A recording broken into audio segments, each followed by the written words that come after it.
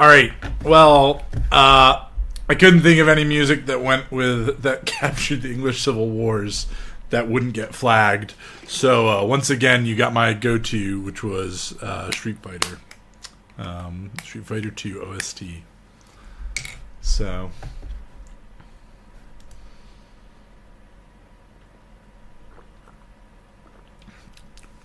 Jeff, are you there? I'm here. I'm very excited for this one. Also a bit nervous because I really want it to go well. Well, I think this one's going to be more fun for me than I think Quigley. But just a disclaimer: I'm not giving like a history of the English Civil Wars, or sometimes as they're known, the War of the Three Kingdoms, the Wars of the Three Kingdoms. Yeah. I'm giving an overview, and there'll be lots of things to object to in the way that I sort of give overviews, but I think I've captured it, and I've captured the sort of the political philosophy changes that come with it. So, which is the important thing. But as I was preparing for this, I realized that this is it's Shakespearean. It really is Shakespearean. I called this. My title was "The Days That Shake," the Technocracy and Leviathan, and "The Days That Shake" is a reference to the chaplain to Parliament in the 1630s gives a sermon in which he says, you know, the world is shaking, and these are the days that shake, or something like that. And I've always quite liked that as a little phrase. Anything to say? Really? Yeah, I know that nobody would have got that reference because, as you said in book club, Americans know next to nothing about the English Civil War. Yeah. So all of this is going to be pretty new to a large majority of us. This is Canadians also know nothing about it. Chris, this is not covering the War of the Roses. That is a dynastic struggle. That's actually a really good question for me to preface this.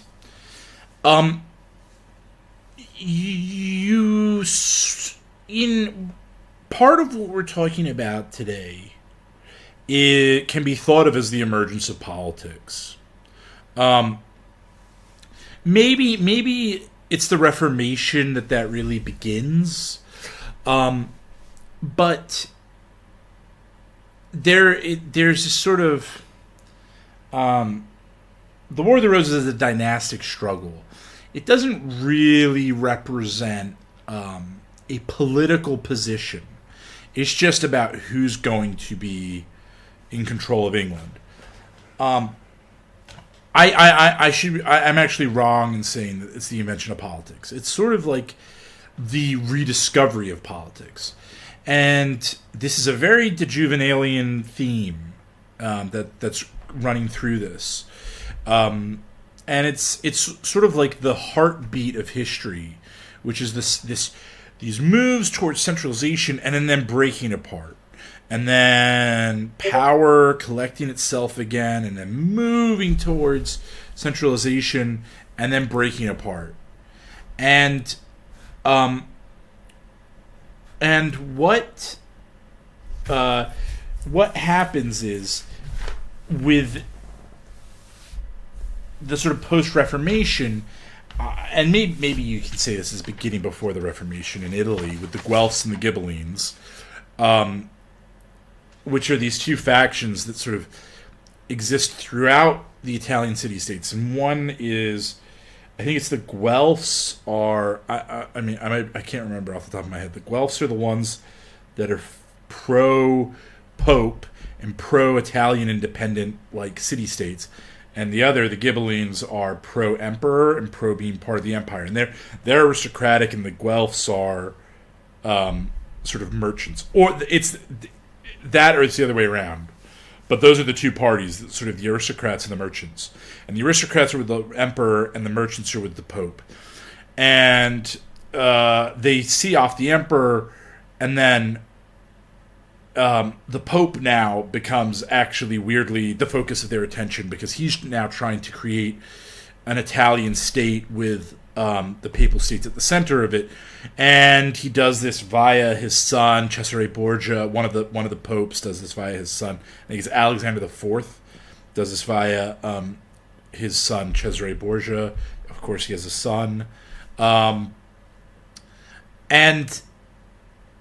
then you have, but with the Reformation now, you have this new dynamic of Protestant and Catholic in Europe, and these sort of take on aspects of these political struggles of independence and centralization.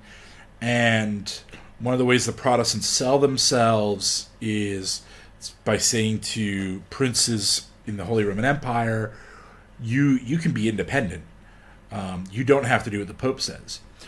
Henry VIII is very against this initially, and then the Pope does not give him an annulment. Henry VIII never gets divorced. That is a lie. That is a papist lie. Henry VIII never gets divorced. He only ever has annulments. And when you look at the circumstances of it, the Pope does not make a non-political decision about Henry VIII and Catherine of Aragon. He makes a very political decision. He makes a very biased decision because the Holy Roman Emperor has troops stationed on the borders of the Papal States. Henry VIII, unfortunately, can't put troops on the border of the Papal States. And if he could, I'm sure the Pope would have granted him an annulment. Now, it just so happens that the Holy Roman Emperor was the nephew of Catherine of Aragon. And so the Pope knew which side his bread was buttered on and decided, you know what, I kind of like having some sort of temporal power. I'm going to make a decision in the favor of the Holy Roman Emperor. And that sort of characterizes the English Reformation. The English Reformation then, via Henry VIII, happens. But it's these conflicts that then pop up after the Reformation between Protestants and Catholics are sort of a stand-in for Guelphs and Ghibellines, or centralization and autonomy, which is not to make the Protestants out like, virtuous freedom fighters, and the Catholics out as, tyrannical bootlicks. They were just on the side of the power as was, right? The Holy Roman Emperor was Catholic. And it's sort of a miracle the Protestants survive, because the Catholics are overwhelmingly well represented, overwhelmingly the more powerful countries, but political national rivalries get in the way. So, sorry, this is a very long-winded answer, but so you have this shift between the War of the Roses, which is a dynastic struggle, to the English Civil Wars, which there's no competing claimant for the throne. No, everyone agrees Charles I is definitely the king. It's just about the power that he has over the country. And the better example in English history would be the revolt of the barons under King John, when they rise up and they finally beat him at the Battle of Lewes, and they make him sign Magna Carta. So that's the better example, but sort of. It's quite interesting the way politics emerges and disappears in history, and I wonder if maybe politics is going to disappear. I got my sense is, just off the top of my head as I'm thinking about this now, my sense is that maybe politics is going to come to an end for a while, and that we're going to go back to just brute power and power struggles. Mm-hmm. So that's or as academic agent is forecasting a return to Fresh Prince, where the one side completely becomes dominant and politics then falls to the wayside, and it's no longer in the popular zeitgeist anymore. Broleaf, the English Civil War is not Catholics versus Protestants. The Catholics are overwhelmingly on the royalist side. I'd be very interested. I've been meaning to look up, actually, if any Catholics were sided with the parliamentarians. You can generalize that it was Anglicans versus Puritans. It was really a Protestant civil war. But you can't. Catholics were not really present, although they play a role. Sorry, Jeff. Have I swept on from your point a little too fast? I looked at Broleaf's comment and I was like, yeah, that got me. And from what I understand, the Puritans were upset about Anglicanism becoming too high church and becoming too Catholic-like. right? And the concern is that the Queen is a French Catholic, and that she's subverting Charles I. And I think there's a lot of merit to that position. She's generally represented as a pretty awful bitch to everyone that had to deal with her. And Charles II has his mother sort of like weighing him down for quite a while. But I haven't really included that in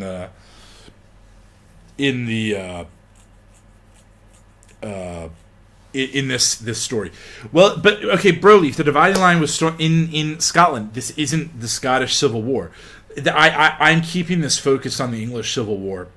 There are conflicts that happen in Ireland and Scotland, yes, but this is it's about England, and yeah, best to just sort of make a start, I think, and then see what you have to say. See what you have to say after that.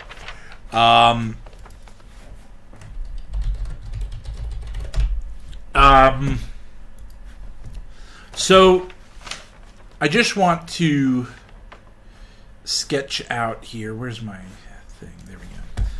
So I'm going to frame this today in the context of Julius Caesar. I actually think Julius Caesar is an interesting, and by Julius Caesar I mean the Shakespeare play. It's an interesting analogy for what happens in the English Civil War. So here we have Julius Caesar. Now, Julius Caesar in the play. Everything I'm about to say is in the context of the play, because this is Shakespearean, right? I think what ends up happening. Caesar comes into Rome, and he is so powerful. Everybody loves him. They're trying to make him king. And Brutus on the right there, and Cassius in the middle. Cassius convinces Brutus, you have to do something about Caesar. There's a plot, and we're going to kill him. And because he's a tyrant. And we have to kill him in order to save the Republic. And, of course, they kill Caesar. And Mark Antony is left, that's Charlton Heston, is left with this corpse of Caesar. And he rouses Rome and realizes that what's happened to Caesar is terrible, and he then convinces them that Cassius and Brutus are the bad guys, and that something has to be done, and they go off and they go to war. And the metaphor for this, the deeper thing is Caesar's a tyrant, right? And Cassius and Brutus, Caesar is on his way to becoming a tyrant, and Cassius and Brutus are trying to avoid mob rule via an anarchy, pushing Caesar onto a throne. But by killing the man who they fear will represent mob rule, they actually end up bringing mob rule and anarchy to Rome and bringing an end to the Republic. So they try to save the Republic by killing Caesar, and in trying to save the Republic by killing Caesar, they bring about the end of the Republic. And there's something very similar to the English Civil War, which is Parliament is Charles I is trying to create a modern centralized state with a greater amount of centralization and control over it. And Parliament fights against this and says, we're not going to let you do this without our cooperation. And James doesn't want to have to ask Parliament for its cooperation. And Parliament fights, and it wins. And of course, it eventually beheads Charles I. But the cost of beating Charles is to bring about the very thing that they were resisting. They end up creating a centralized modern state under Cromwell, and they are then left with the thing that they fought so hard to prevent. Now, yeah, there's certain things in which Parliament remains supreme, but if you are an anarchist, if you're small government, and that's why you like the parliamentarians, the bad news is for you, the parliamentarians are not your guys. At least not the way what they end up producing. And the what else was I going to say about that?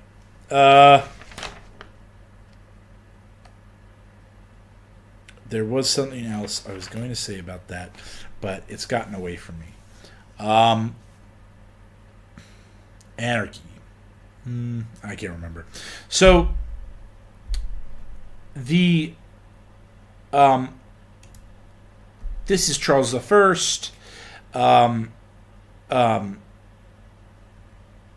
And Charles reigns from 1625 to 1649. Just to give you a little recap, right? Elizabeth I is 1558 to 1603. She dies without any heirs, and it goes to her up through Henry VIII, to Henry VII, and then back down to find the next heir, because all of Henry VIII's children are dead. And they have to go to the Scottish branch, and they get James I. James I is 1603 to 1625. I think James I is sort of thought to be a little bit mad, but he also writes a book about demons and how to fight witches and demons, so he can't be all that bad. He's 1603 to 1625. Charles I then comes in and is 1625 to 1649. And what is... Charles really wants to grow the state. And what's happening on the continent that really pushes him when he comes to power in 1625 is the 30 Years' War has been raging for 7 years. Now, the 30 Years' War only ends 1 year before he's executed. But Charles is looking at the continent, and he sees what's happening, and he realizes that a couple of things are developing on the continent. He sees that there's a value to there being a religious consensus, sort of a middle ground for everything to cohere around. And this has to do with the Bohemian Hussites, or not the Hussites, the Protestants in Bohemia. I think the Hussites are gone pretty much by this point. And the Catholic struggles in Bohemia, and who is going to be king of Bohemia is what starts the 30 Years' War. Now, the way this manifests itself as a cause of the English Civil Wars is Charles has a prayer book that the English are on board with, and he wants to develop a similar prayer book for Scotland. And they do, and they send it up north. And the Scots resist violently. Now, you can say that it's because Scottish Presbyterians did not want to become Anglicans. Although that's a little bit disingenuous from what I gather, because the Scots had accepted a very Anglican prayer book not many years earlier. And they kind of realized, if he's going to try and enforce this other prayer book on us, then we've got some leverage. And Charles is here's the thing about Charles. He is an idiot. Yeah, I mean, he's not an idiot. He is bad at Machiavellianism and strategy and the chess game of power. And he just thinks, I'm being opposed as king. I need to come down on them. And so he puts together he he tries to gain taxes from Parliament to go fight a war against the Scots, and Parliament is not really interested, because they don't really see what the point is. They send an army up north and it gets beaten, and sort of because and Parliament is sort of half-heartedly interested, and he then wants to bring about some more taxes, and Parliament's definitely like no. And that sort of segues into the second point. And I think, I was just going to say that it's important to throw in this bit of context that in those days, taxes had to be enforced by local lords. Like the king himself had no power to enforce national taxes. So that's why Parliament had to agree to enforce these taxes. Otherwise, the king wouldn't be able to raise the funds. Right. And one of the things that causes the war is something called ship money. In that Parliament, traditionally the one tax the king could raise that Parliament, didn't have any say over was ship tax. So sort of import and export levies, that sort of thing, goods coming into and out of the country. And it was levied on the ports. And Charles said, well, actually, this isn't fair, because the counties that don't have a shoreline aren't paying me ship money, and it is supposed to go to supporting the Royal Navy, and he levies ship money on the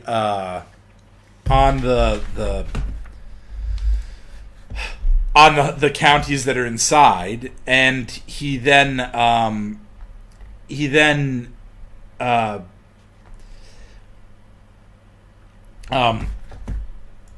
and then Parliament goes, no, we're not having this. And I mean, what finally triggers the English Civil War is he issues an arrest warrant for 5 parliamentarians, and they get out of Parliament in time, but he marches soldiers into Parliament and demands they be handed over. They're gone. They can't be handed over. Which is why you have this ceremony of the king cannot enter Parliament. He has to. He calls the Commons into the Lords, and the king sits in the Lords, but the king can't enter Parliament, and that's why Black Rod goes and bangs on the door of the Commons and tells them to come over to the Lords. But this leads into the second thing that Charles sees what's going on the continent, which is that, and incidentally, here we go. This is the Battle of White Mountain in Bohemia, it's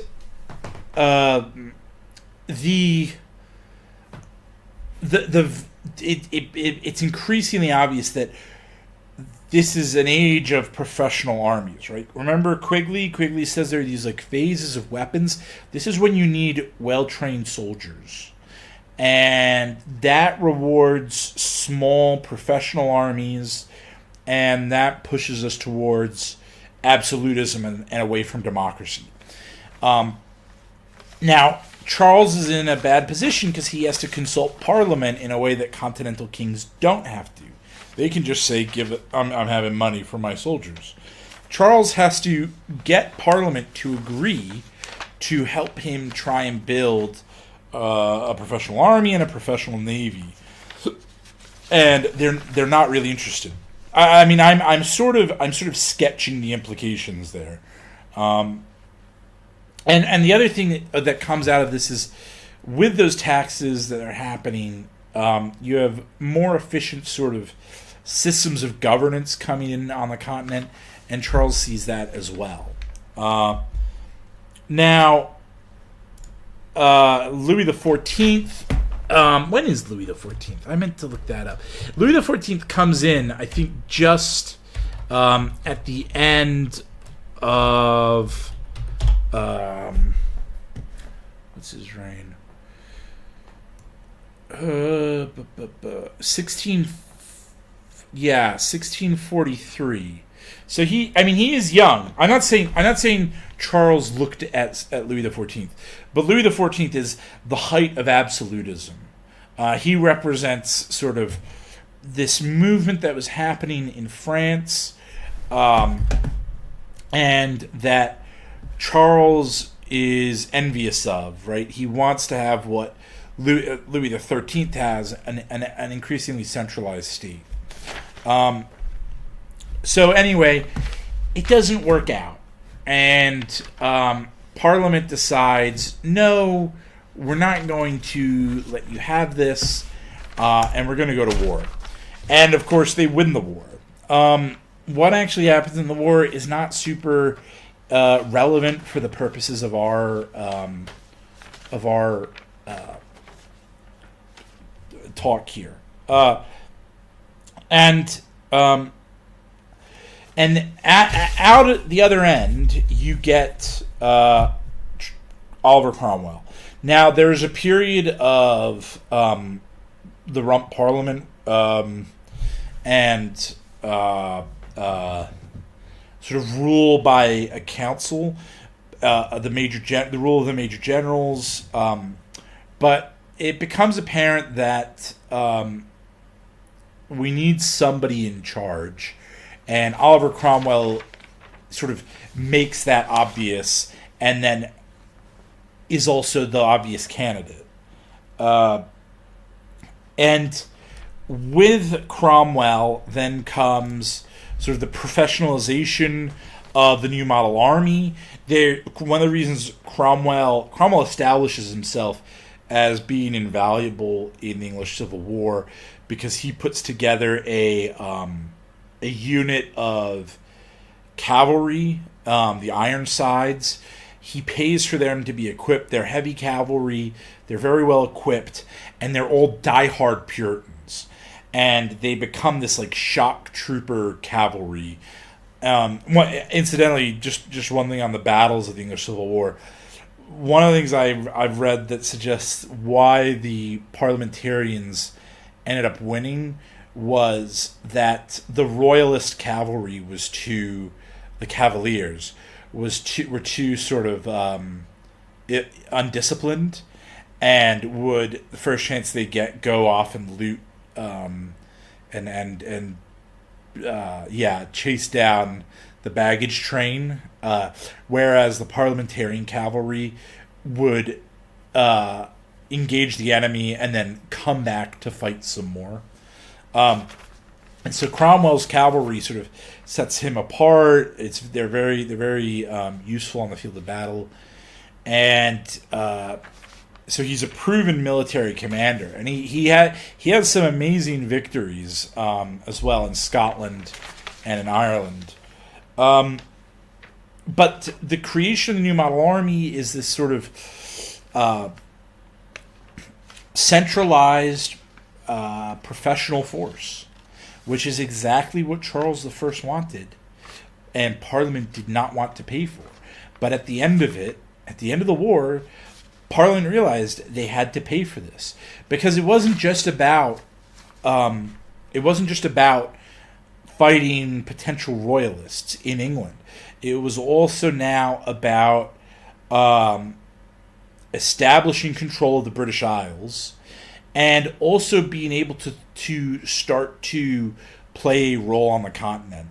And in fact, there's a for a while, the King of France, Louis XIV, allies himself with Cromwell, and you sort of see after the 30 Years' War and after the English Civil Wars, you have a breakdown of these religious alliances, which upset a lot of individuals. But people like Cromwell and Louis XIV realize, well, we've got to be pragmatic.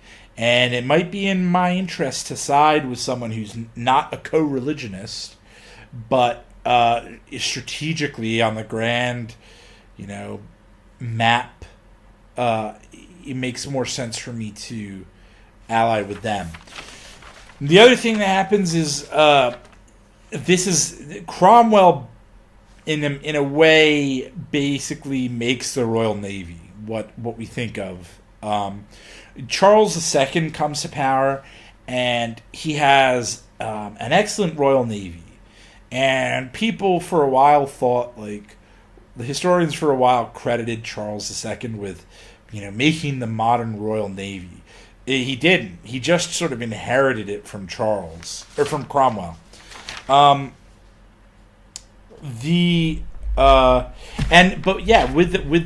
the rule of the major generals, you have this very centralizing effort that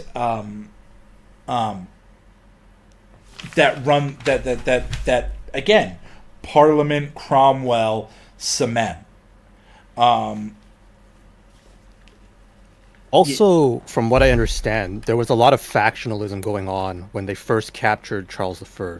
So Charles was still trying to make these backroom deals to get the throne back.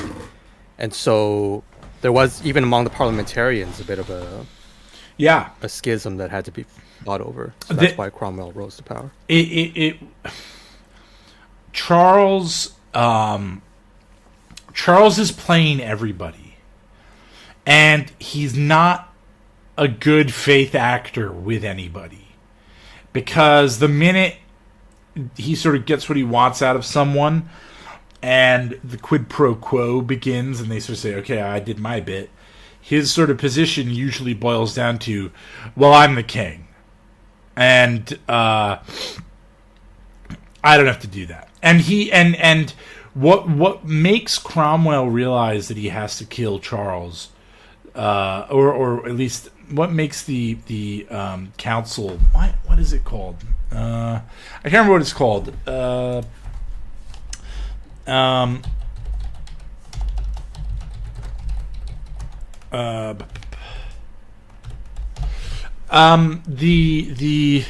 The English Council of State, they realize they have to kill Charles because the war will never come to an end if they don't kill Charles. Because if they stop and say, all right, Charles, King, you're gonna the war's over, they know that Charles is just gonna start scheming to claw back what he'd lost. And he makes, and what really reveals this is he tries to get the Scots to intervene, and he makes some sort of deal with the Scots, and he gets caught because he's bad at it. He is just he's a bumbler. Right? He's not stupid. He's just inept, and he gets to this point where he sort of forces the Council of State to kill him. This is what I wanted to say. This is the thing I forgot to say. What makes this all Shakespearean, and this is a good point to say it. I think in Julius Caesar, the tragedy is that everybody's right. Julius Caesar is a great man, and he deserves to be king. Brutus and Cassius are right that he is, though he will be a tyrant of some sort, and that he will bring an end to the Republic. And Mark Antony is right that Brutus and Cassius have committed this most heinous crime and need to be brought to justice. And it's just a sort of logic, the unfolding, that everybody in some way does the right thing, but because they all do the right thing, they produce this tragedy. And I think that is true of the English Civil War. I think if you were in 2024, I think if you were going to look at the English Civil War and you were going to try and make out that one side or the other were the good guys, I don't think you've understood the English Civil War. I think what the English Civil War represents is this logical necessity which constitutes the working out of history. That history is, I'm not a determinist, I'm at least I'm not a determinist at the individual level, but maybe I'm maybe I'm a determinist at the macro national level, and I don't see how it could have played out any other way, because England had to be centralized. It had to have a professional army and a professional navy, and it had to have. We needed to know who would rule, and each of the players in the story of the English Civil War, I think, are doing the right thing, and the tragedy is the collision of them all doing the right thing and producing, what culminates for many in as the worst thing that happens as the killing of Charles. But Charles is not a martyr. For those who want to characterize Charles as some sort of martyr, he just isn't.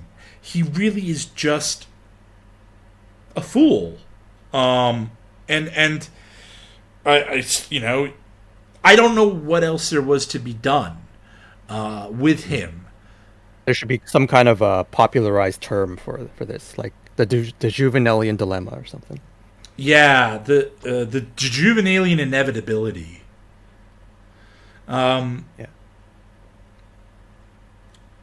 Yeah, and the tragedy is, I don't know how one would have avoided it in 1640. I don't know how. I don't know. I don't know.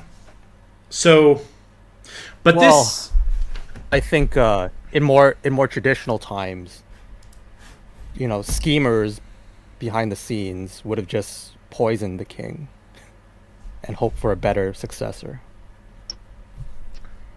Yeah.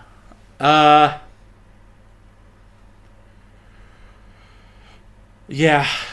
I don't know. I just don't know. So the king is dead. He gives a speech that is really sort of well received.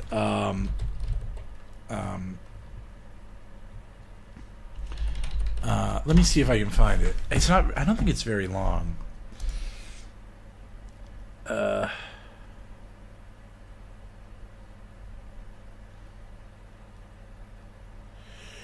So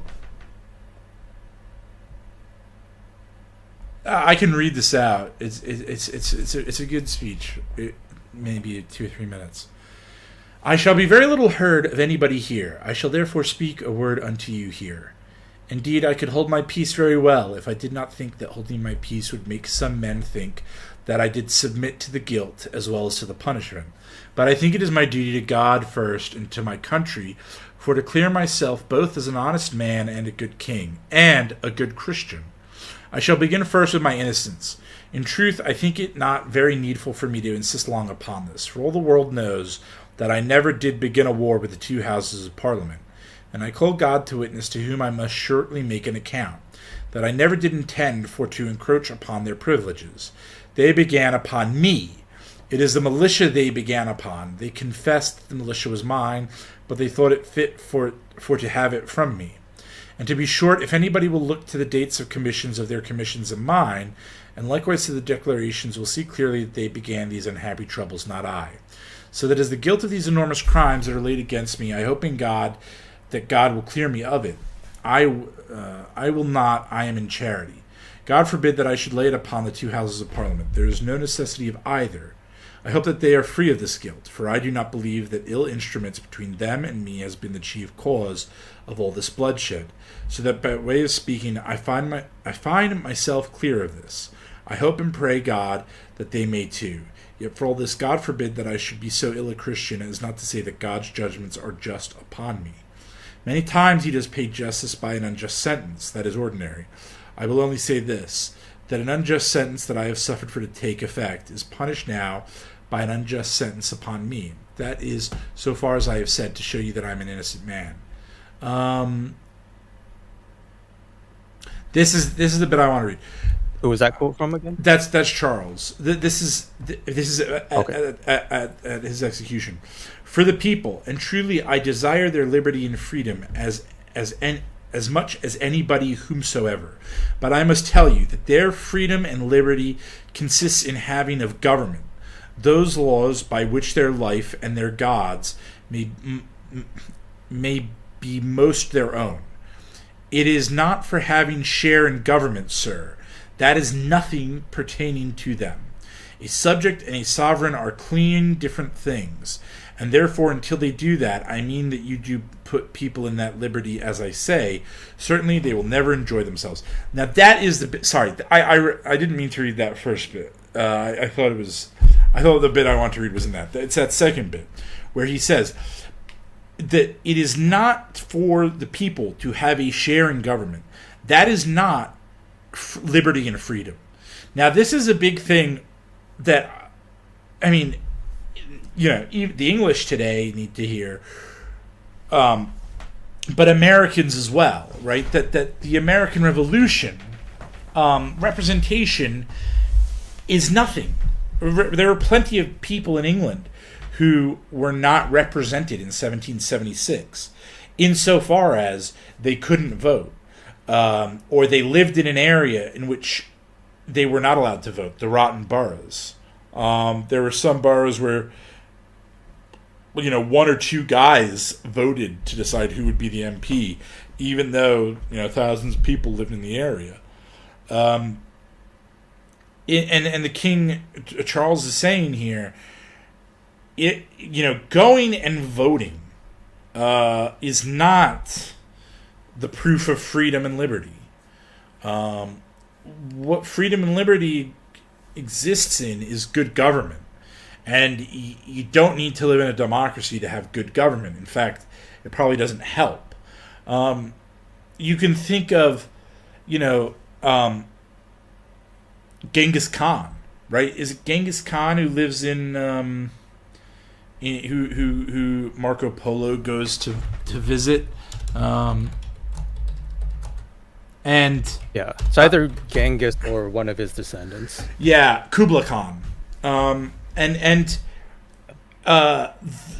Kublai Khan, the Mongols have in China have a reputation of, at least at times, being really good rulers, and they rule fairly, and they establish a system by which people can live and do business, and it's predictable. And Yeah, I think it was Marco Polo who said that you could walk from one end of the empire to the other without fear of being robbed or something like that. yeah, There was such law and order. It's why like the first sort of rank of statists is minarchism or minarchists. Minar. Because they say, the point of government is to enforce contracts, both private and the social contract, right? Have police, courts, and a military, right, to protect the independence of the nation.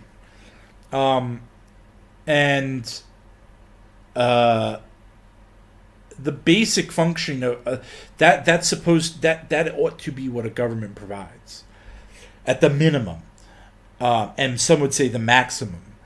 But that is you don't need to participate in government to have those things provided, right? The enforcement of contracts, the protection of the state, and the enforcement of civil and criminal laws.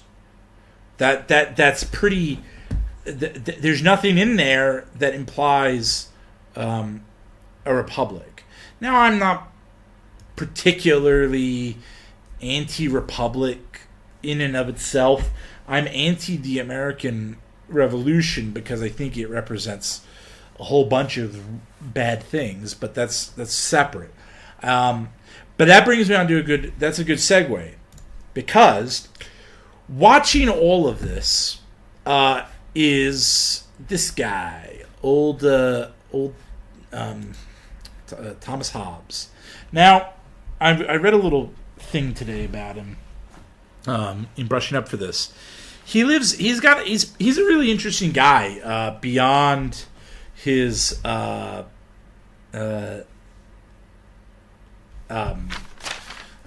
just looking at Broleaf spam. I can't keep up with it all.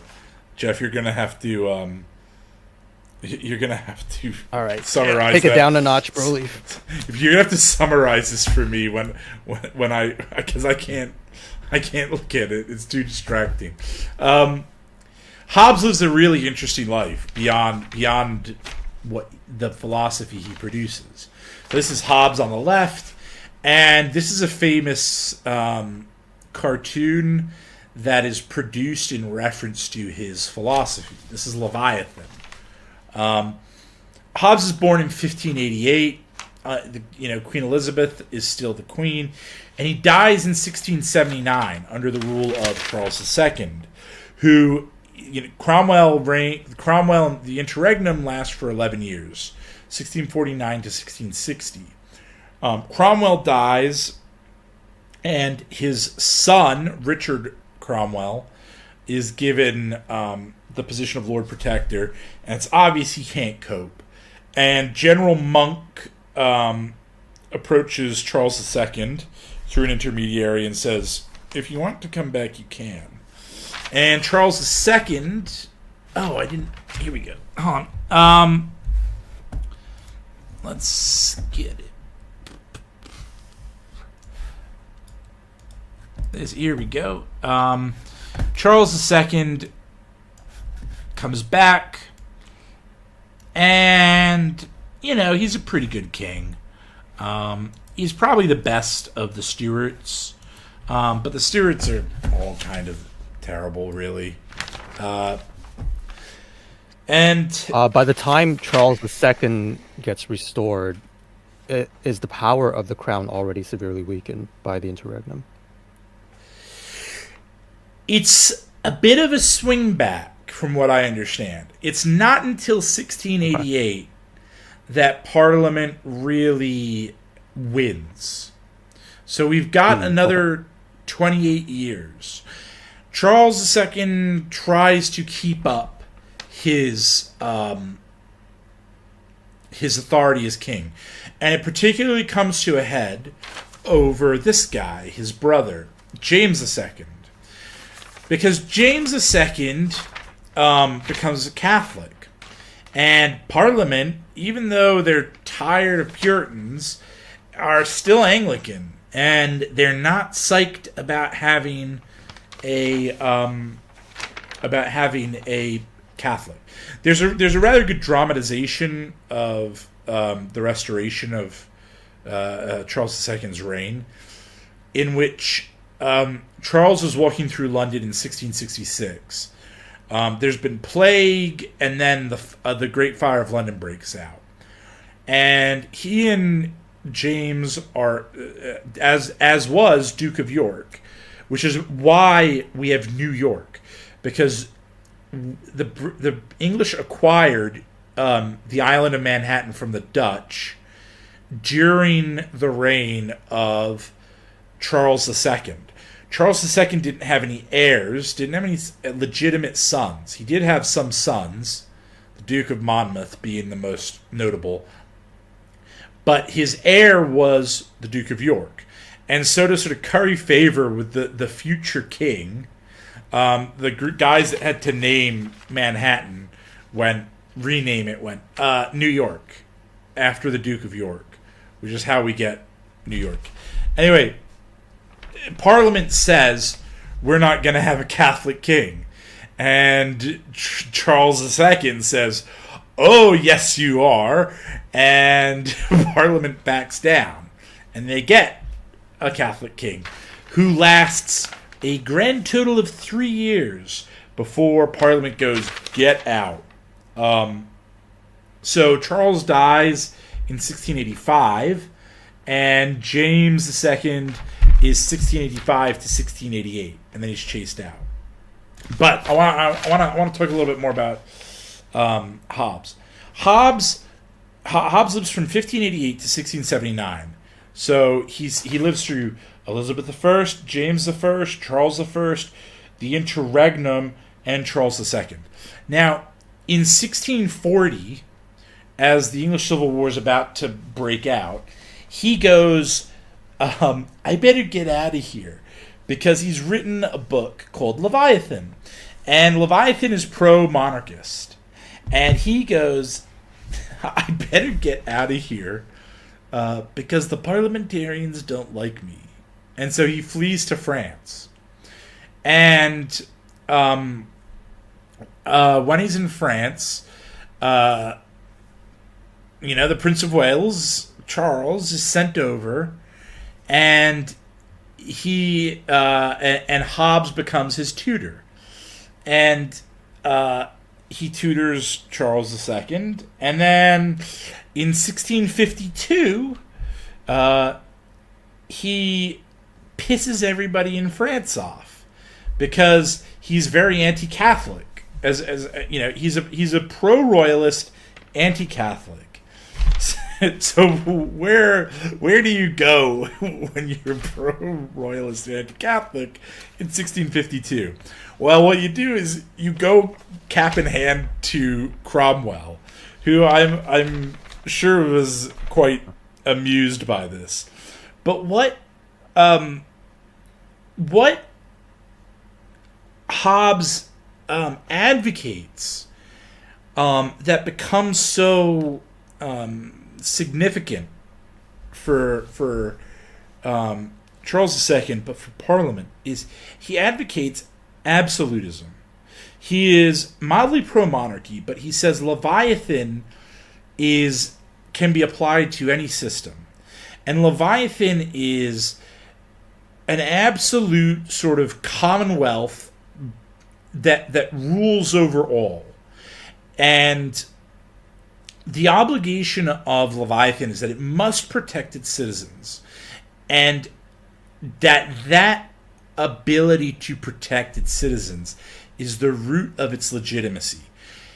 If it ceases to do this, it has lost its legitimacy and can and ought to be overturned. There's no right to rebel in this Leviathan state until there is. It's this interesting kind of like moment, right, in Hobbes's theory, this sort of political moment that like you're not allowed to rebel until you must rebel. And you must rebel in order to establish a new Leviathan or fix the old Leviathan. And any rights that exist within Leviathan only exist because Leviathan has conceded that to the people. It might concede it because it's not bothered about these. It might concede it because it's better for, the material status of the Commonwealth, or it might concede these because it keeps people a bit calmer. And this is, I think there's something very de Juvenalian there.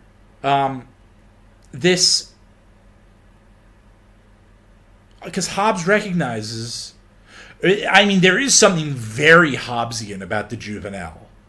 That by necessity, the state must be as centralized as it can, because its obligation is to protect against primarily external threats. And there is this arms race continually in logistical and governance structures, because the better the governing system is, the more power and strength it can bring to the task at hand. And if that's war, then the better organized state will be the less organized state, assuming they're equal in power, right? There's the quote that AA likes, right? That the 10 organized men will beat the 100 disorganized men. And that sort of captures us. So there's this necessity to centralize. And this is born out of his before the Civil War even begins. But he watches it, and he sees what happens, and he produces this philosophy as a result. I might be getting it wrong. He wrote something in 1640, which is like a prototype of Leviathan. And then in 1652, he... yes, I'm wrong. It's 1652 that he writes Leviathan and he flees. It's 1640 that he writes something called The Elements of Law, Natural and Politic, which is a sort of a prototype version of Leviathan. But they're very much about centralization. So anyway, that's Hobbes in a nutshell. Charles rules from 1660 to 1685. James II rules from 1685 to 1688, and he's a disaster. Oh, I didn't finish the story. So Charles and James are walking through this burnt out London, and they come across a crowd, and this crowd sees the king, and they say, "Oh, our king, God bless you, God bless the king."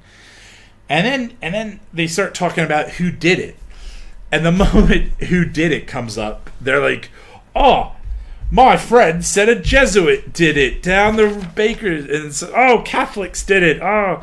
And Charles turns to James and he says, "Do you really think a Catholic can rule these people?" In 1666, England is well and truly Protestant. There is no going back. There is no hope of a counter-reformation in England in 1666. And James coming to the throne is a recipe for disaster. And after that, Parliament says, we will never have another Catholic king.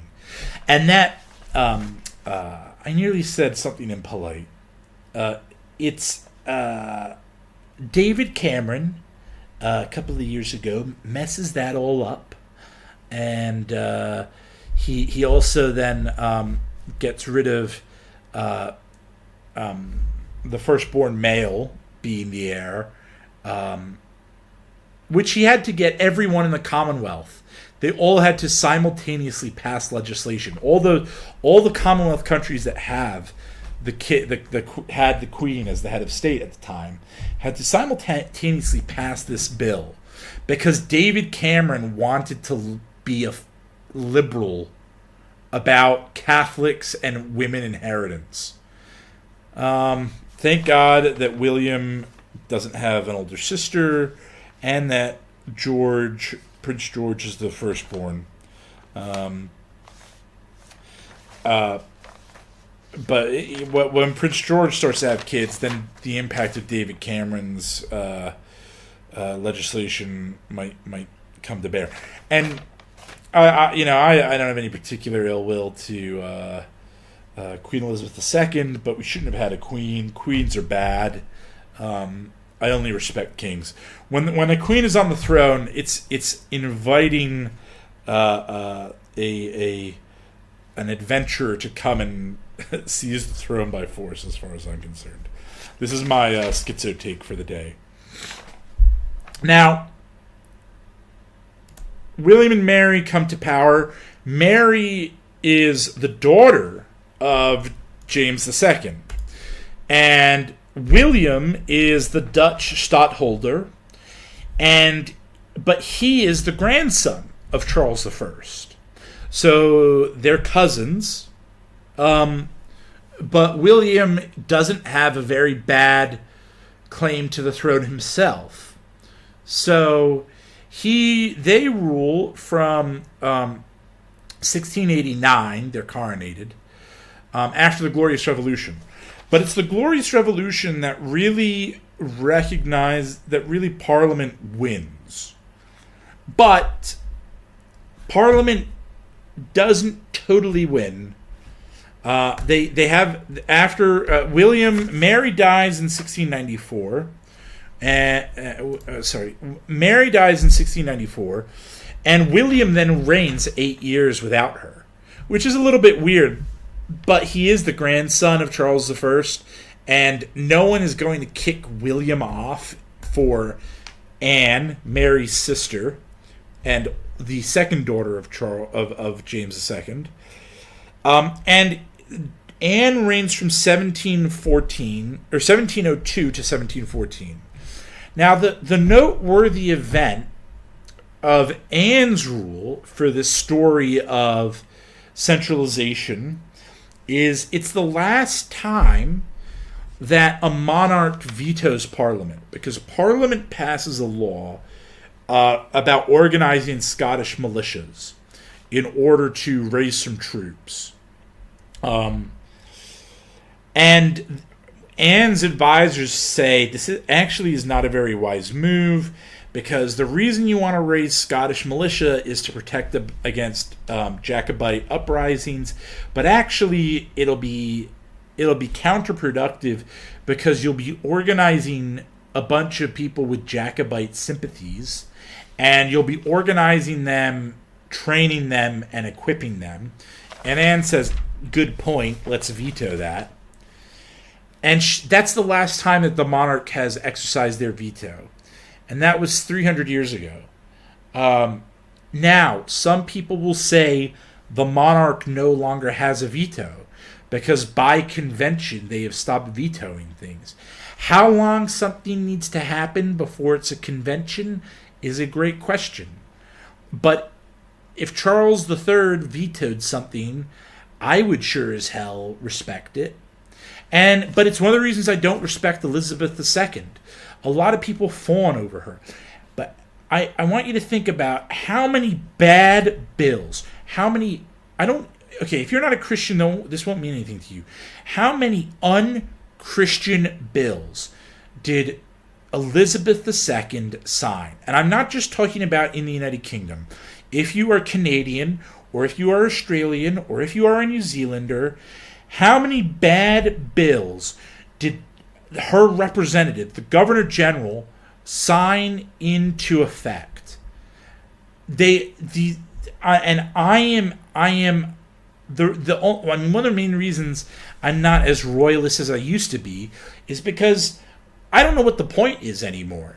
They're not acting in their role as a counterweight. They're a rubber stamp. I want the monarch to stand up and start doing something.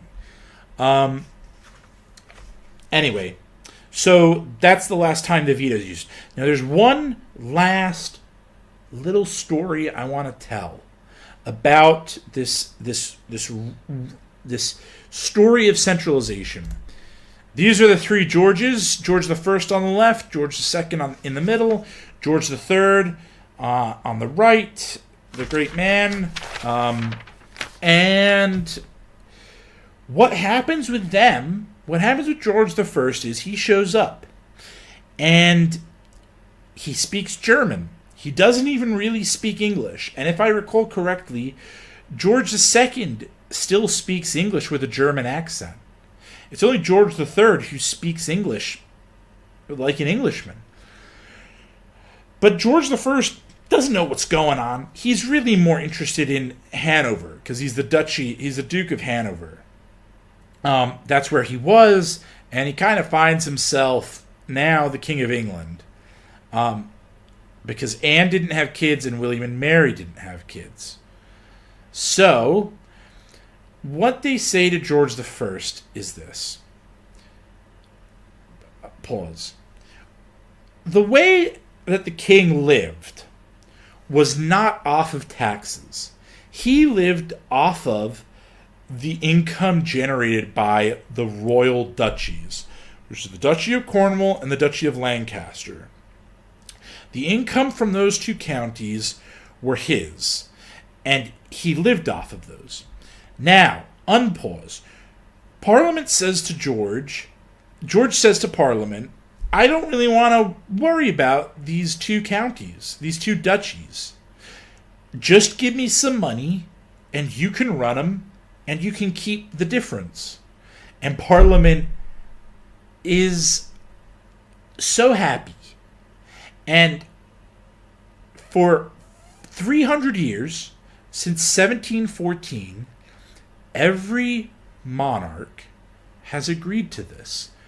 George I, George II, George III, George IV, William IV, Victoria, Edward VII, George V, Edward VIII, George VI,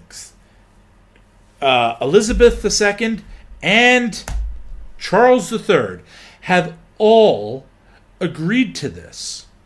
And this is one of those ceremonies that happened in the first week. I couldn't find the one where he did it. It might be this one.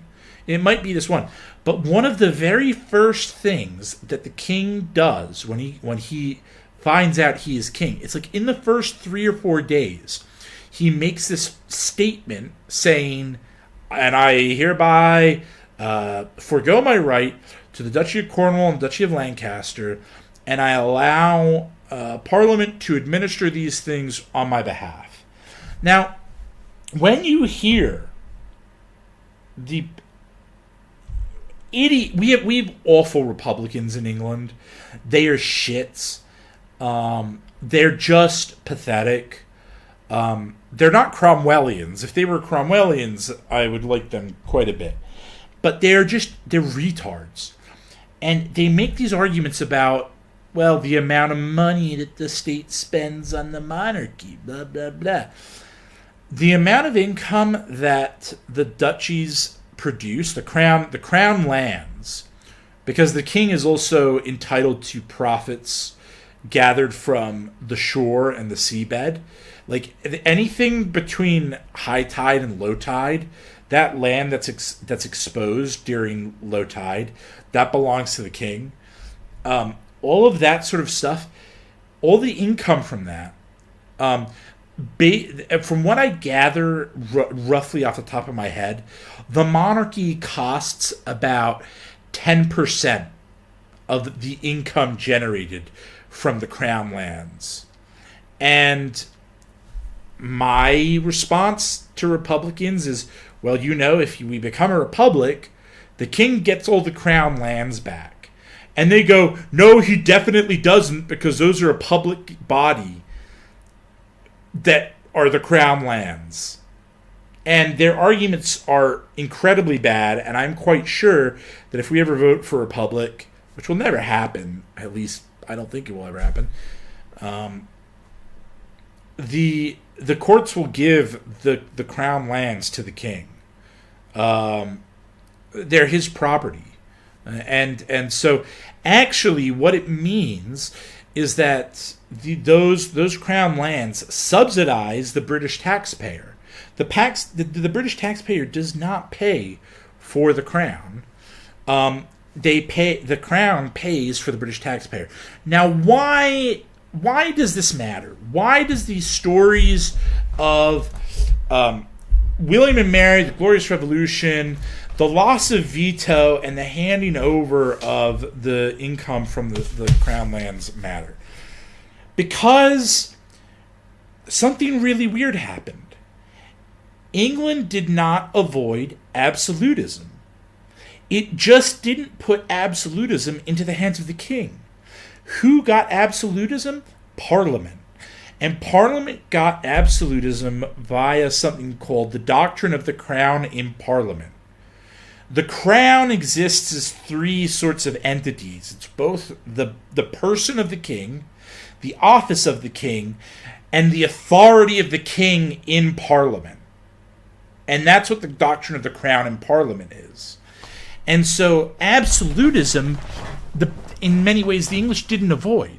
Because Parliament then said to itself, Parliament can do anything.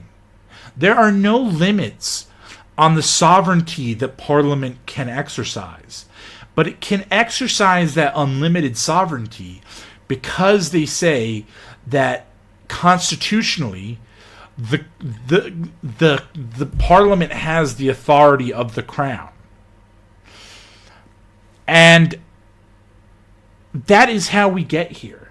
That is how the English find themselves in this situation where they fight a war against absolutism, against centralization, and yet at the end of it, they find that they have those things anyway. Now, why should Americans pay attention to this? And why should... I mean, it's harder for me to say why Canadians and Australians and New Zealanders should pay attention to this. Because I think they should pay attention to this just in a much more obvious way.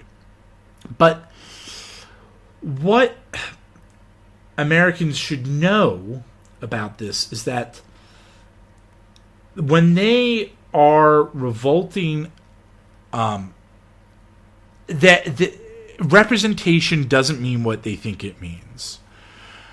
That's the big thing. There's also because representation is not about direct representation. You can have all sorts of representation, and in that speech that Charles I gives on at the scaffolding, he says you don't need to have a democracy.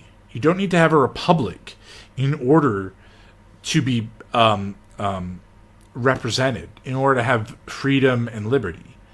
The king, the crown's role is to guarantee that freedom and liberty.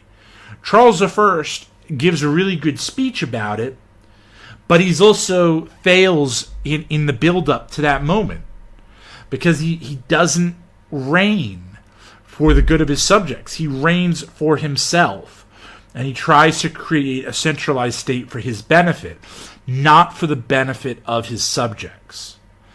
The other thing that Americans should know about the English Civil War that I haven't talked about is the separation of church and state.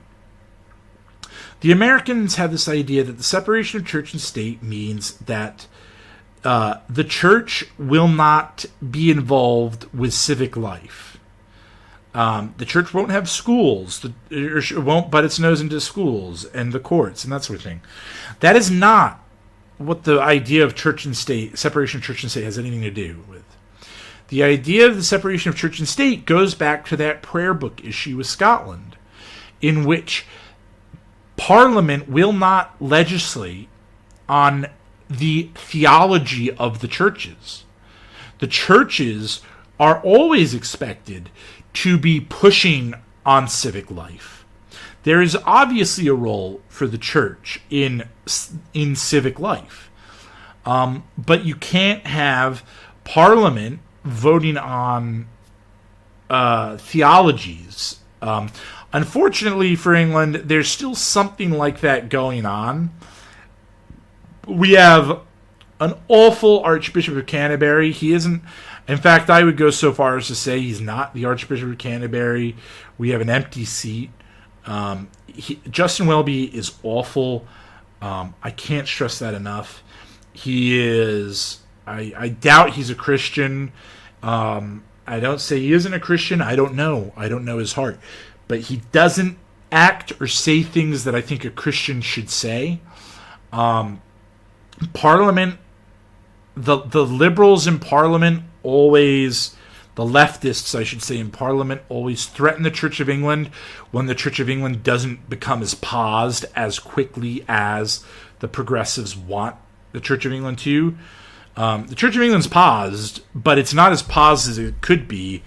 And when it decides to make a meek little fight, it gets threatened by Labour in Parliament. You know, talks of, oh, maybe we should disestablish the church. I think the Church of England should stop being afraid of losing establishment, because establishment doesn't mean anything. It's a meaningless distinction at this point. It's only hurting the Church of England. Yeah. I want to go back to the American Revolution for a little bit, because that was kind of what sparked this whole idea to do this presentation, was because we were reading The Royalist Revolution, a book written by Eric Nelson about the American Revolution and how Whig history tries to rewrite the American Revolution as, Republicans overthrowing monarchy. But if you go back and you read the pamphlets, a lot of the founding fathers were actually royalists. And it wasn't until they were a different kind of royalist, maybe some of them. What? But the issues surrounding what was going on at the time were beyond, republicanism versus monarchy. The guy and there's David McCullough says the pivotal year for the revolution is 1776. It's that year that Americans start talking like Republicans. Before that, 1775 and before, they're monarchists.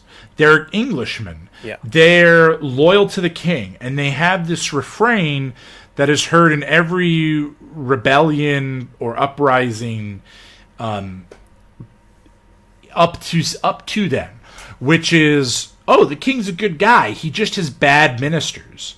This is something that's heard in Parliament, right? They don't ever, in 1640, 1641, they don't ever really say, like, oh, this is the king's fault. They're saying, like, the king's being misled by his bad ministers. And a lot of Americans were then appealing to George III to overrule Parliament, because Parliament was the one who was enforcing the Stamps Act and the Navigation Act. And why? They were putting laws in America, and the Americans were like, Parliament, that's not even our Parliament. Why are they imposing these laws? Now, and unfortunately for the Americans, they had George III, who was the third generation of the domesticated king.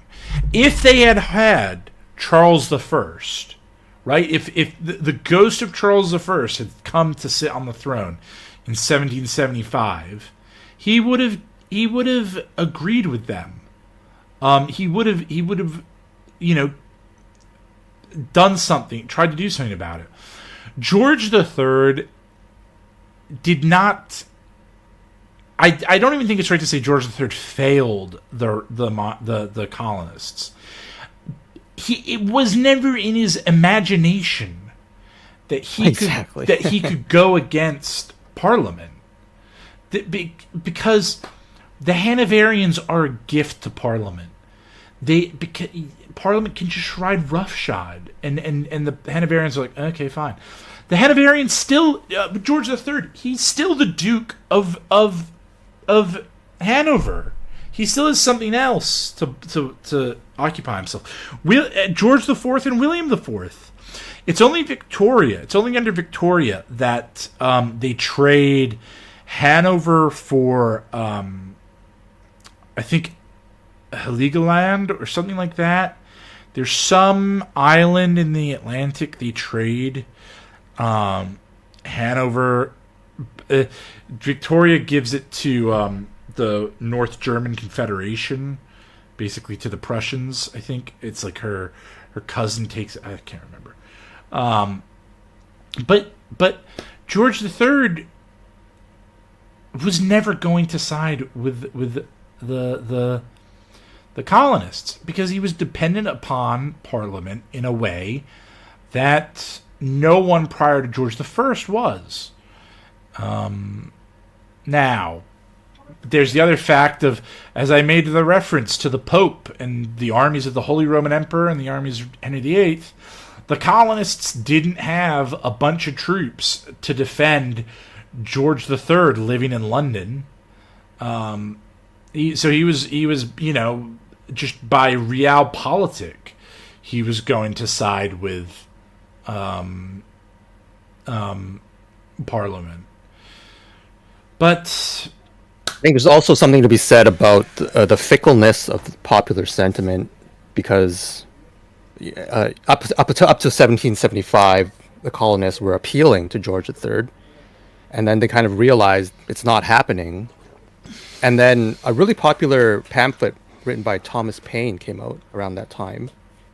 Yep. And Thomas Paine went on this huge anti-monarchy. There's a little story to be told about Thomas Paine. Paine is from a town in the south of England called Lewes. And I mentioned it already. Lewes, it was where the barons beat King John. And Lewes became, after the Reformation, it was very mercantilist. And the merchants ended up being more Protestant, and the landowners were more Catholic. I mean, that's a very rough generalization. And Lewes was a hotbed of Protestantism. And Bloody Mary, Queen Mary I, had Protestants killed, right? And they became known as the Lewes Martyrs. Some of them. There were quite a lot of Protestants killed by Mary. And incidentally, no Catholic was ever killed for being a Catholic. The Catholics were only ever executed on grounds of treason. They were never executed for just being Catholic, whereas Protestants were executed for simply being Protestant.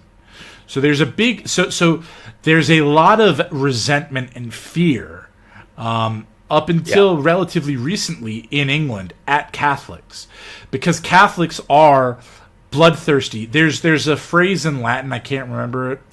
I'm sorry to get so partisan. I have no particular hatred towards my Catholic bros, but I will defend Protestantism against Catholicism. There's a doctrine in the Roman Church called it's something like error has no rights, and that's what it is translated. I don't know what it is in Latin, but it is error has no rights. And Catholic and that doctrine gives Catholics license to do anything they want to any heretic or any person they deem to be a heretic. It's a blank check. You don't have anything to worry about because you're not a heretic, Jeff. You're just a schismatic. And schismatics have more rights than heretics do. So you should breathe a sigh of relief. But so there's a bunch of Protestant martyrs executed by Mary in the mid-16th century in Lewes. And Lewes then takes on this culture of ultra-Protestant, ultra-parliamentarian, and that's where Thomas Paine is born. And Thomas Paine absorbs this spirit, this culture, and he goes to America and he brings it with him. And so in some ways he brings this ultra-parliamentarianism to America. Incidentally, I mean, even today, the premier Guy Fawkes night, we're celebrating the failure of the plot to blow up Parliament and James I, right? James I was very, very Protestant, but the plot to blow that up gets foiled, and it's celebrated November the 5th. I remember the 5th of November. I can't remember the rest of it. I can see no reason why to forget something or other. But the biggest celebrations are in Lewes. And even to this day, they burn... I mean, Lewes is very liberal Democrat.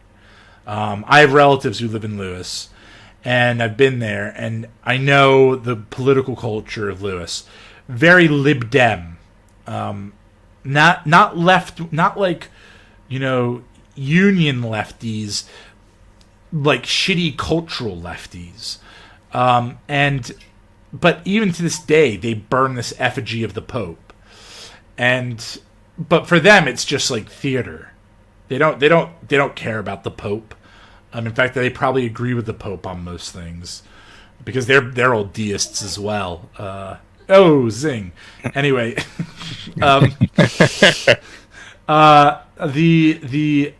So that culture still kind of survives, but Thomas Paine brings over from Lewis this very reactive, like parliamentary reaction.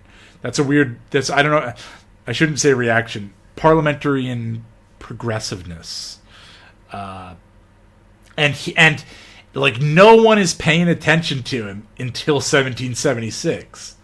And then all of a sudden, David McCullough talks about this. It's like 1776 that people start to pay attention to Paine. He goes viral. Because he's useful. The narrative he's pushing is useful. Yeah.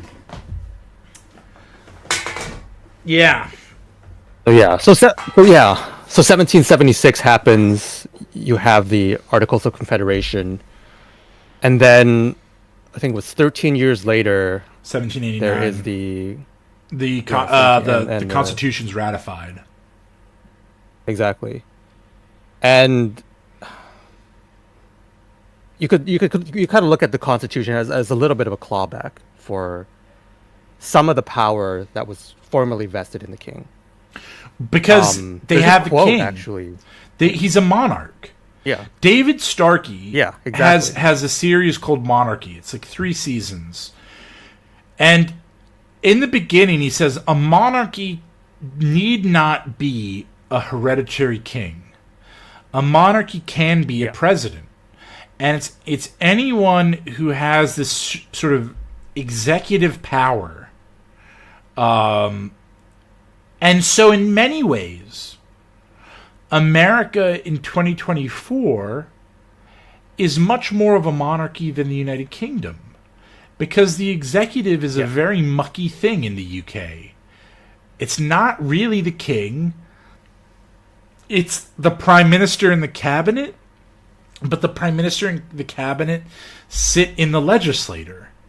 You have to be in the legislature to be in the executive. The separation of powers is a mess in England. The court is part of the Lords. The Lords is part of the court. The Commons is part of the executive. It is. It's a mess, body, but it works. So here's the thing. We have to be pragmatic. When it doesn't work, it's a disaster. You can thank people like Tony Blair and David Cameron, who have mucked the system up so much. The system is shit because of Tony Blair. If there's any justice on this planet, anyway, I don't want a Fed post. Yeah. So Nelson actually ends his book with this line: on one side of the Atlantic, there would be kings without monarchy. On the other, monarchy without kings. Yeah. Which of the two sides got the better end of the bargain is, of course, an open question. The British system functions excellently until Tony Blair gets his hands on it.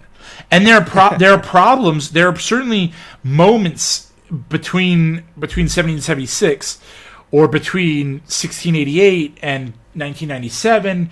You have the Lords losing the veto in the early 20th century. That was awful. The Lords need a veto.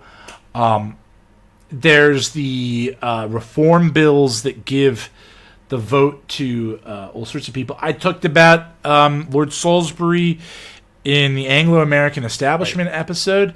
Lord Salisbury is vehemently against the reform bill because he refers to the voters as vermin.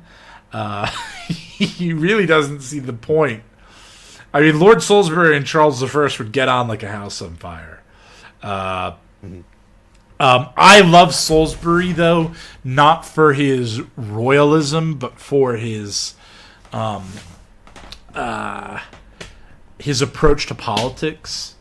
That's a topic for another episode. Maybe I'll do a Salisbury bio episode, because I think that would be very interesting. There's an excellent biography by Andrew Roberts I have, and I'm looking at it right now on my shelf. And I would love to do an episode on Salisbury because he's a fascinating guy. But yeah, there's steps, as I say, between the Doctrine of the Crown and Parliament in 1997, but Tony Blair comes along and he gives us the Supreme Court, and we didn't need a Supreme Court. We had the law. They were called the Law Lords, and they sat in the House of Parliament, and they're still like a minor. I think they still exist, but they exist in a step below the Supreme Court. But for some reason, Tony Blair went, oh, we need a Supreme Court. Peter Hitchens characterizes this sort of thing. David Cameron, a conservative, decided one day that the conservatives were going to have gay marriage. And the only explanation that anybody can think of as to why David Cameron, who never was particularly concerned with gay rights in any meaningful way, the only real explanation anyone can come up with is it was David Cameron's way of like stealing a policy accomplishment from Labor, and that like he could always smugly trot around and be like, well, we Tories got in gay marriage before Labor. Peter Hitchens characterized this policy as like it's a sort of policy David Cameron would have in the bathtub, right? He was just sitting there one day in the bath and he thought, oh, I know what we could do. We could have gay marriage. And that's sort of, I mean, Tony Blair is a much more serious Machiavellian gray eminence than David Cameron. But I kind of think the same thing about the Supreme Court. It really is like Tony Blair's bathtub idea. He just sort of went, oh, we could ruin everything. We could ruin the British Constitution. And of course the British are still, for I don't know if you guys realize this in the Commonwealth, we are still answerable to the European Court of Human Rights. The European Court of Human Rights is not a European Union court. It is a separate court. Now, it just so happens that every country that has joined the European Union first joined the European Court. They signed this thing, the European Declaration of Human Rights or something like that. And the European Court of Human Rights can tell us what to do. And the Tories haven't taken us out of it. Labour, it seems kind of to be on side with it, because every now and then the European Court of Human Rights will tell us something like, yeah, you have to let in Muslim terrorists because keeping them out would be mean. That sort of thing. So Labour's on side with it because it, destroys England a little bit more. The Lib Dems are on side with it because it's liberal. It's liberalism incarnate. And the Tories are so weak.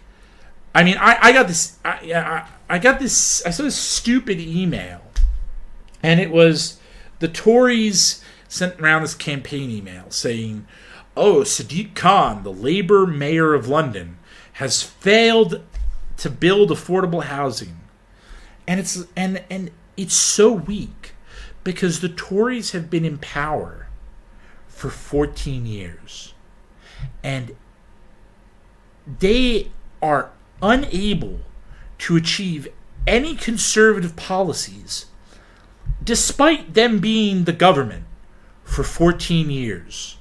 I say to my friends, it's really amusing, like hearing like left-wing people go, oh, it's so right-wing, it's so right-wing. I don't know what's right-wing. If you think England is being, if you think Britain is being run by a bunch of right-wingers, I can't talk to you. There's no conversation to be said with you. This is the thing though. In the Tories, think about this. What we've been talking about tonight. The Tories are the party, not of the right. They are the party of government. That's what they're known as. They call themselves. We're the party of government. They don't represent left or right. They represent power and staying in power. And they will do whatever they have to do. They don't care. There's no principles. De Juvenel would love them. or hate them. He loved them as an example. But I mean, I cannot. I feel stupid. I feel stupid saying the Tories have been in power for 14 years. The first 5 of those were a coalition with the Lib Dems. The last 9 years, they have not been in. They've had a majority, and they can't pass. They can't get us out of the European Court of Human Rights. Good God. They have an awful sort of centrist faction that is destroying them. There are some good right-wing Tory MPs, but we're all expecting them to get absolutely hammered.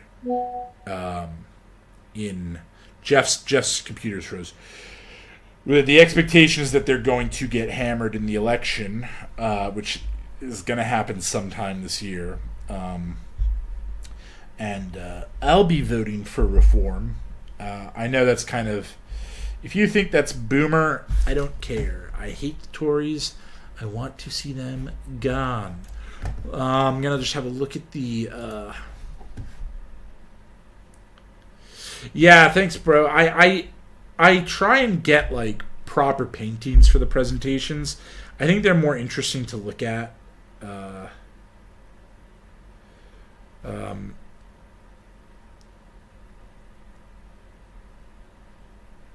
If there's any questions, now's a good time.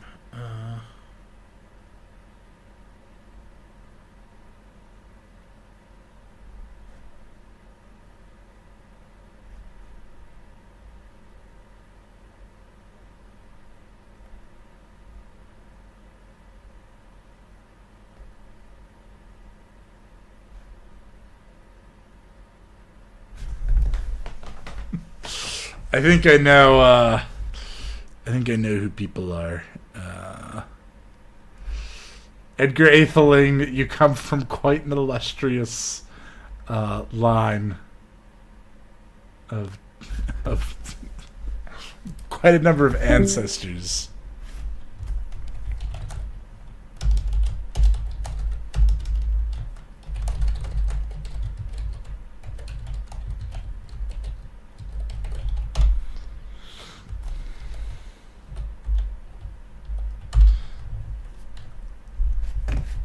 Anyway, I mean that's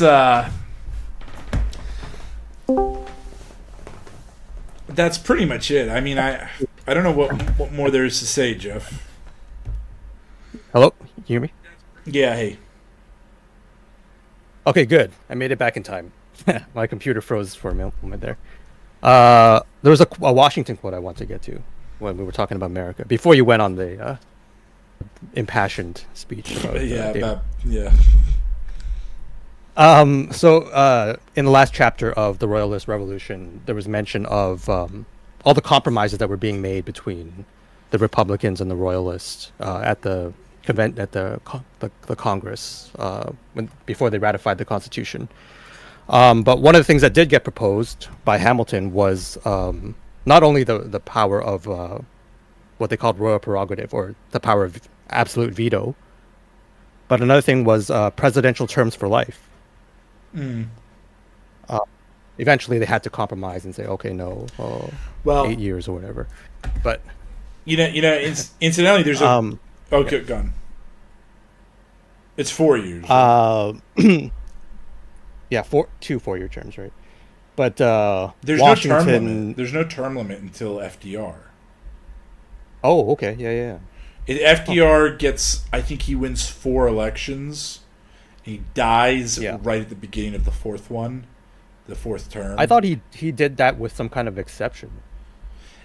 I don't think so. Every other president was 2 terms, right? Yeah, but he was I think like it was convention, and then after that they were like, yeah, no more. We want this formalized. Okay. So just to quote from the book, George Washington himself voted in favor of the proposal of life term. Outside the convention, it attracted the vocal support of John Adams, who wrote to Jefferson in December of 1787 that if each new president ended up ruling for as long as he lives, then so much the better, as it appears to me. in the long run, Adams was clear, as he wrote to Benjamin Rush, that the United States would need to go further and evolve a proper hereditary monarchy and aristocracy as an asylum against discord, sedition, and civil war. And that at no very distant period of time, these institutions, far from amount to rebellion against nature, in fact, constituted the hope of our posterity. Increasingly, Adams' sentiment in this respect were very much in line with those of Washington, who had written to Madison on the eve of the convention that while he recognized that, quote, the period is not yet arrived for adopting monarchical government in America, he was nonetheless fully prepared to admit the utility, nay, the necessity of the form. So even after the ratification, George Washington and many other founding fathers were still holding out hope that it would evolve into a hereditary monarchy. What sticks out to me about that is less the hereditary monarchy and more the concept of the aristocracy. Because I think Jefferson wanted to create something like the Roman Republic. And I think that I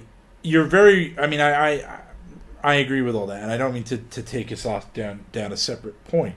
But Jefferson, one of the tragedies of the American Civil War is that the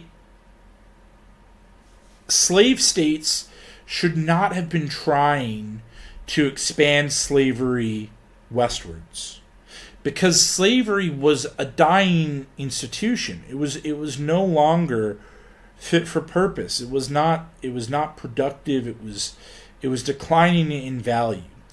But they also were being pressured by the northern states, the non-slave owning states.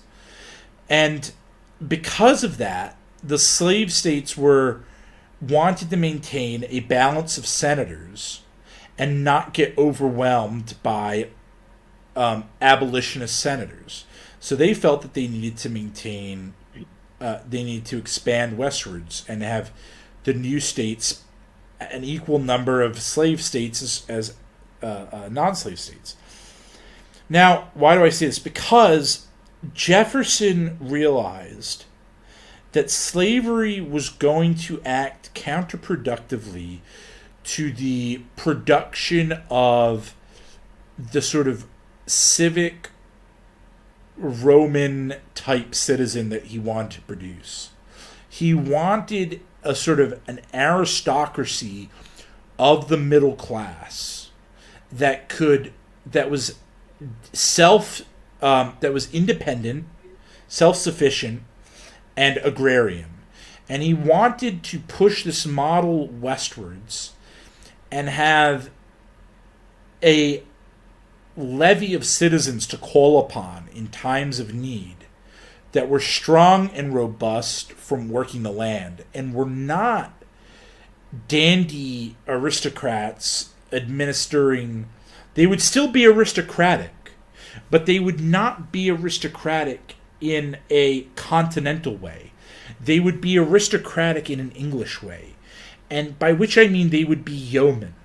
And the English yeoman, the English basic free man who owned his land and worked it, was much more common than I think people think. And the yeoman, the prevailing attitude in England has always been, into the Middle Ages, it is better to be a free Englishman than to be a French duke. And there's a sort of there is some sort of aristocracy of the yeoman in England, which is what Cromwell represents. Cromwell and the Puritans, to their credit, represent some sort of set of virtues. They embody a set of virtues that can only be described as aristocratic. And they're kind of saying to every Englishman, that they can partake in these aristocratic values. And there's this tendency to try and create a sort of a lineage of the English Civil War, feeds into the American Revolution, and that feeds into the American Civil War. And you have royalists, redcoats, and Confederates, and you have Puritans, patriots, and Northerners. And it doesn't work like that. You can't do that, because Jefferson shows, and these guys show, how muddled things were. They were royalists, but they also were still...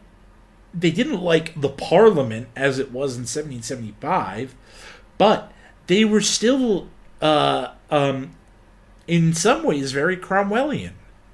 It's you could spend a lifetime drawing the intellectual sort of history of ideas approach from the English Civil War to the American Revolution. And then if you really had time, into the American Civil War. There is some sort of trilogy of upheavals that are encapsulated in those three events. But you can't make neat generalizations about there being more or less two sides that survived to fight each other three times. It's fascinating, and I love it. And I think it's just about the most interesting thing there is to talk about in the Anglo history. And where we are now, where we are in 2024, is directly in reference to these three events. Especially if you're an American. If you're British, much more the English Civil Wars. But these things have been happening for thousands of years. We have our particular own Anglo variation on this. But this is, in preparing this, I felt confirmed as a Juvenalian. And the sort of the tragedy of history, the tragedy and comedy of history is the rising and falling of centralization of power, right? The rise and fall of power, and it keeps going. And it's one of the reasons I don't think the end of history will ever come. Because the end of history amounts to the complete centralization of power and it never falling apart. And I'm not sure... I am not confident that can happen, even with computers. Because I have a feeling that somewhere there will be some sort of resistance that figures out a way to blow up the mainframe and start over from scratch again. So I sort of, yeah. There's so much to be said. And I could do 2 or 3 hours on each of these monarchs by themselves. I have an 800-page book on my shelf called The Personal Rule of Charles I, which is about how Charles rules for like 12 or 13 years without calling Parliament before the Civil War. Mm-hmm. And actually, it used to be thought that this was like this moment of tyranny. But the growing consensus now is that actually Charles I, as bad a power player and manipulator as he was a pretty good administrator. When he could get the abilities, when he could get the resources to hand, he actually could do a really good job as king.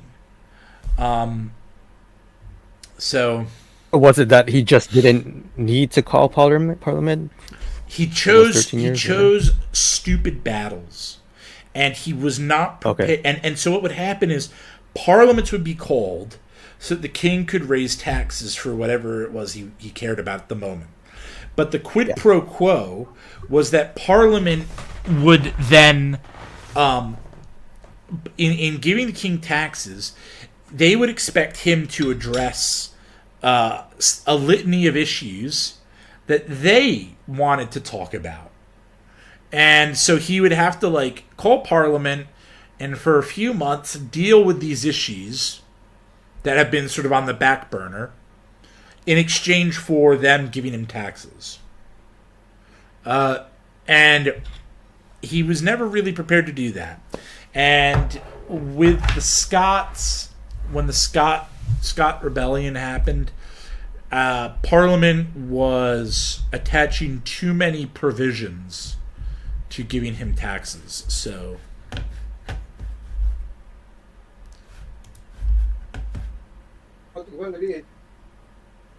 All right, I think we should wrap it up before we go down another rabbit hole. I'm too tired. I want to say one thing really interestingly. It is the New Model Army that really supports Cromwell, right? And there are these things called the Putney debates. I won't go into them. But really interestingly, a very, very similar thing happens with Washington. That the officers of the Continental Army try and get him to become King of America. And they push him, just like the New Model Army pushes Cromwell. And if there is that's an interesting parallel. I meant to say that. But anyway, I hope you... But would you say Cromwell essentially became king? Oh, definitely. Lord Protector. He was king functionally for I think it's about 8 years. I mean that's the consensus that he was functionally king. I hope you guys if you don't agree, I hope you at least appreciate what I've said. That I think this is an interesting moment. It's Shakespearean in that, in a weird way, I think everybody does the right thing. But the right thing, these colliding right things, produce this tragedy. And I hope you guys, think a little bit more about it. There's a lot of... there isn't that many good books on this. But there's a couple of good things out there, and I hope this sends you on some rabbit holes, because there's a lot to be had here. And let's have a look here. Let me get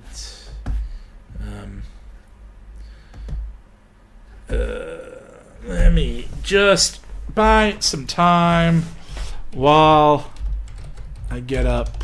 I'm gonna have to find some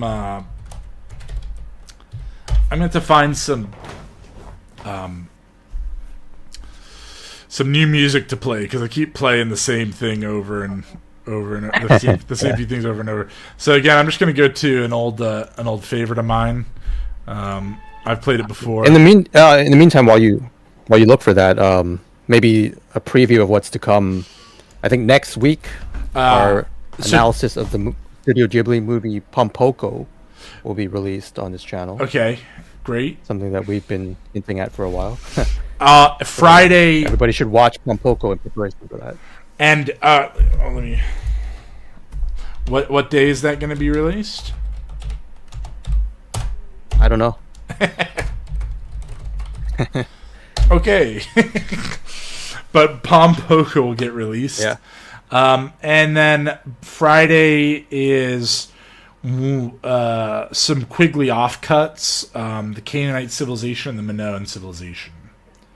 And then in the near future, I believe also a Royalist Revolution presentation is in order. I'm going to work on that. Okay.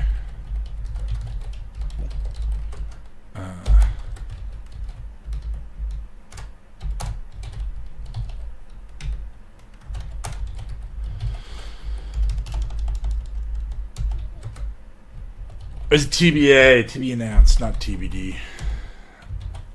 So, those are things coming up. I'm not sure what we'll do. Or is Pompoko going to be in place of this? Or... Yeah, it could be. Okay. I have to think about what I'll do next episode. Well, you and I will talk about that some other time. Plenty to do, though. Plenty to do. I think about every episode I prepare for, I have enough material to do 3 or 4 other episodes as well. So, but anyway, have a good night, guys, and thanks for watching. Anything from you, Jeff? Oh, thanks for watching. Hit the like button, share if you want.